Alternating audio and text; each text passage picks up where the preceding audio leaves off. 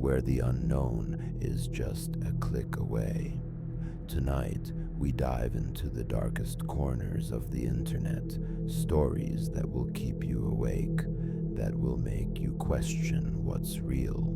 So sit back, turn off the lights, and get ready for a tale you'll never forget. This next story comes straight from r/NoSleep. It's about childhood innocence shattered by something no child should ever see.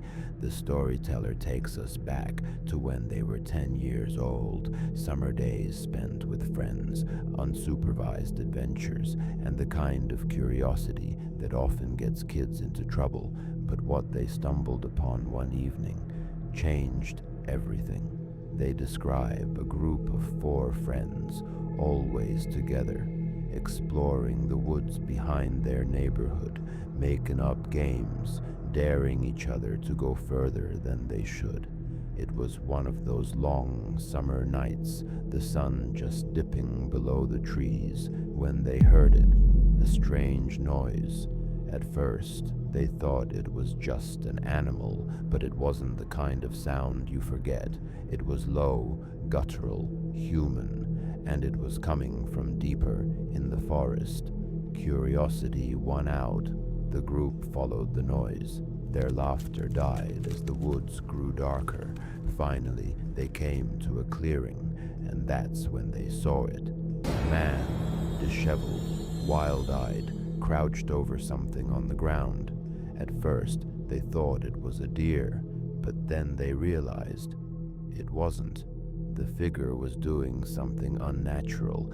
The storyteller doesn't give every detail. Maybe they can't, but the way they describe it, the scene was burned into their minds. A man feeding on something that should have been left untouched. The friends froze in terror until one of them snapped a branch underfoot. The man's head whipped around, eyes catching the last sliver of daylight. That was enough. The kids bolted, sprinting through the forest as fast as their legs could carry them. Behind them, they swore they could hear pursuit, the sound of crashing branches, heavy footsteps closing in. They didn't stop until they reached the safety of the neighborhood streetlights, gasping for air, too scared to speak. They told their parents, who told the police.